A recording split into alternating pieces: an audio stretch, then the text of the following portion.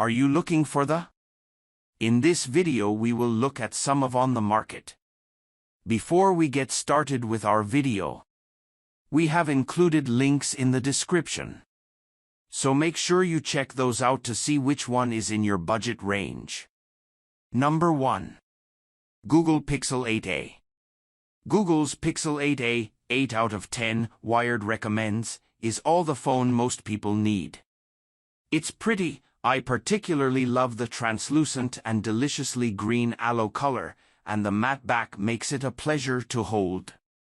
The 6.1-inch screen size also means it's not too big and not too small, a nice middle ground. It's not a huge leap from the Pixel 7a, but it makes a lot of nice refinements. The OLED display, for example, now can hit up to 2000 nits. It gets remarkably bright when you're in the sun, making the screen easy to read. This screen also bumps the refresh rate up to 120 Hz, so every animation and interaction feels super fluid. It's made of more recycled materials than before, and Google has upped the software support to a whopping 7 years, the longest you'll find on an Android phone under $500. Oh, and there's now proper face unlock in addition to fingerprint unlock, giving you 2 biometric authentication methods to unlock your phone and quickly access sensitive apps. Inside is Google's Tensor G3 chipset, which is the same that's inside the 2023 Pixel 8 series. It's plenty fast for everyday tasks and most mobile gaming, and it also allows for a few new software tricks, like Audio Magic Eraser, which lets you remove annoying background sounds in your videos, like a siren. Best Take is another smart feature that lets you swap your face in a group shot if you took a couple of photos around the same time, for those moments when you blink. Pixels are chock full of smart software features like this, and the Pixel 8a can do nearly everything its pricier siblings can do. Speaking of the camera system, a 64-megapixel sensor leads the pack, joined by a 13-megapixel ultra-wide, and they're among the best cameras you'll find at this price. Use the night sight camera mode to light up dark scenes, or portrait mode to add some nice blur effect. That said, I found Realtone, Google's algorithm for processing more accurate skin tones in photos and videos, didn't deliver as accurate a skin tone for me as prior Pixels. Selfies are also not tack sharp because the front camera has a fixed focus. There's wireless charging and an IP67 water resistance rating, plus you can now buy a 256 GB model, though that's only relegated to the obsidian color. My main gripe continues to be the battery life. The 4492 mAh cell can take you through a full day of average use, but on busy days you will absolutely need to top up before the sun goes down. Number 2. Google Pixel 9 Pro and Pixel 9 Pro XL. The Pixel 9 Pro and Pixel 9 Pro XL, 9 out of 10, Wired recommends, are a sizable step up from the Pixel 8a and firmly put you in the flagship territory. You get more features, better build quality, more cameras, nicer specs, you get the idea. This is the first time you have size options for the Pro models, and they are the same phone no matter which you choose, barring battery and screen size.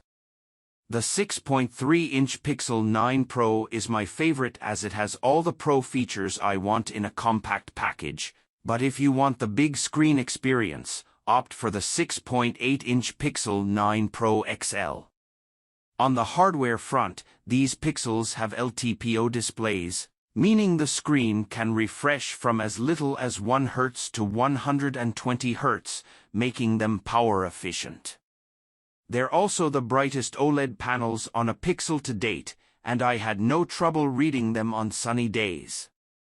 Between the two, the Pixel 9 Pro XL can charge faster, getting roughly 70% in 30 minutes, whereas the Pixel 9 Pro will sit at around 55% in the same period. A bigger 5060 mAh battery means better battery life too, and the XL model regularly had a little more juice at the end of the day. Neither phone will last 2 days on a single charge with heavy use, but both will get you through a full day. Other small improvements? Google has swapped the optical fingerprint sensor for an ultrasonic scanner, which has been far more reliable in my testing. You still get access to secure face unlock. There's also DisplayPort support, so you can plug these pixels into external displays to mirror the screen. You still get Qi wireless charging, but sadly, Google has not yet adopted the Qi 2 standard, which would have enabled a MagSafe-like magnetic charging system. The main distinction between any other Pixel phone in this guide is the vapor chamber cooling system in the Pixel 9 Pro models. This is a fairly common feature on high-end smartphones, and it helps dissipate heat. Less heat means the phone's Tensor G4 processor won't throttle and limit performance. I noticed this immediately after playing Zenless Zone Zero for 2 hours, which resulted in a lukewarm Pixel 9 Pro XL despite running the game at max graphics settings. I didn't see many stutters.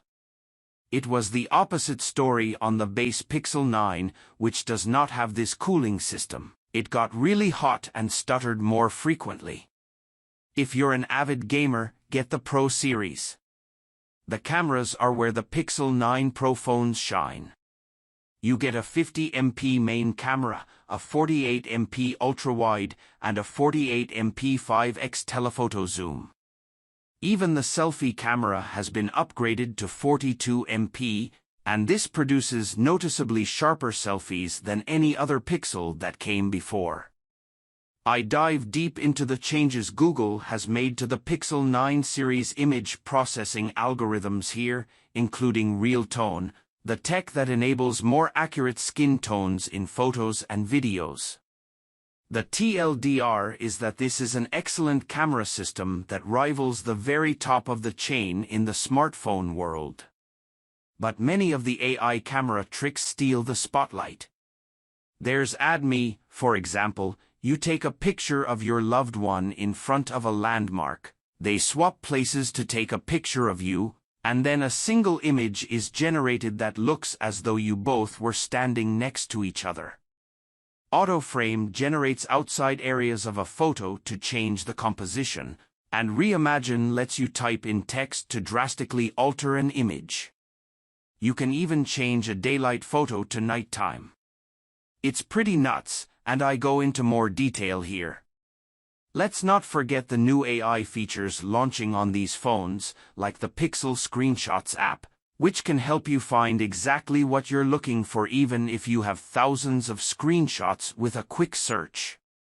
Pixel Studio can help you create a custom party invite with stickers of your friends' faces and AI-generated images. Then there's Gemini Live, which lets you have real-time natural conversations with the chatbot in a somewhat evolved Google search experience. There's plenty here to help make everyday life a tiny bit easier, though there will be times when you'll wonder whether every app really needs an AI infusion.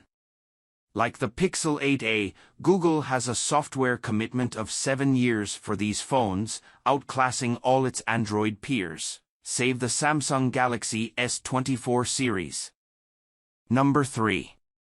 Google Pixel 9.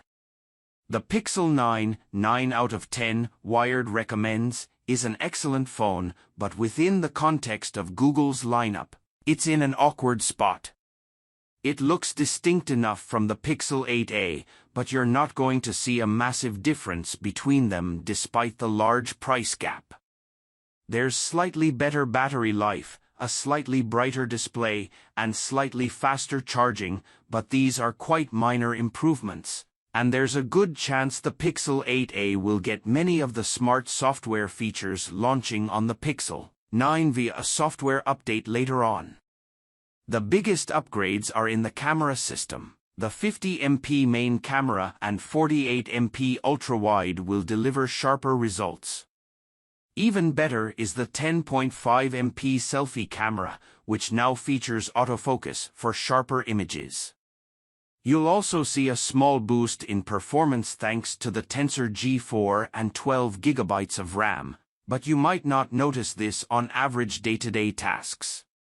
The lack of the 5x optical zoom camera and the vapor cooling system found on the Pixel 9 Pro models also make it tough to recommend for pro users. So give the Pixel 8a a shot, you might be able to save some cash in the process. If you want the latest software features now and more refined hardware, then the Pixel 9 will satisfy. Number 4. Google Pixel 7a. The Pixel 7a from 2023, 8/10, Wired recommends, has dipped as low as $249, making it the budget Pixel to get. However, several retailers often bring the price back up to MSRP, and you should absolutely avoid buying this phone for more than $350. Google will stop selling it once stock runs out. This model includes wireless charging like the Pixel 8a. The 6.1-inch OLED screen isn't as nice, it doesn't get as bright and only has a 90 Hz screen refresh rate. The design and build are similar. There's Gorilla Glass 3 on the cover glass, which isn't as scratch-resistant as the glass on pricier Pixels, but at least the rear is a plastic composite that won't crack. You won't run into any problems with performance. It's powered by Google's Tensor G2 chipset, the same that's inside the Pixel 7 series. It's plenty fast for everyday tasks and most mobile gaming, and it also allows for software tricks like photo unblur, which can use machine learning algorithms to unblur people's faces in those late-night pics. It did this well when I tried to capture a photo of a bride and groom on the dance floor. Speaking of the camera system, a 64-megapixel sensor leads the pack, joined by a 13-megapixel ultra-wide, and while these are not as good as the cameras in the Pixel 9 or 8a, the results are better than many other cheap Android phones out there. It's a great camera system, whether you're using it in low light to capture the stars or shooting a landscape on a sunny day. Unlike the Pixel phones above, the Pixel 7a will only get 3 Android OS upgrades and 5 years of security updates, which is still a good length of time, but it's not 7 years. Outside of that, battery life with the 4,385 mAh cell is lackluster, and the fingerprint sensor is a bit finicky. Number 5. Google Pixel 9 Pro Fold.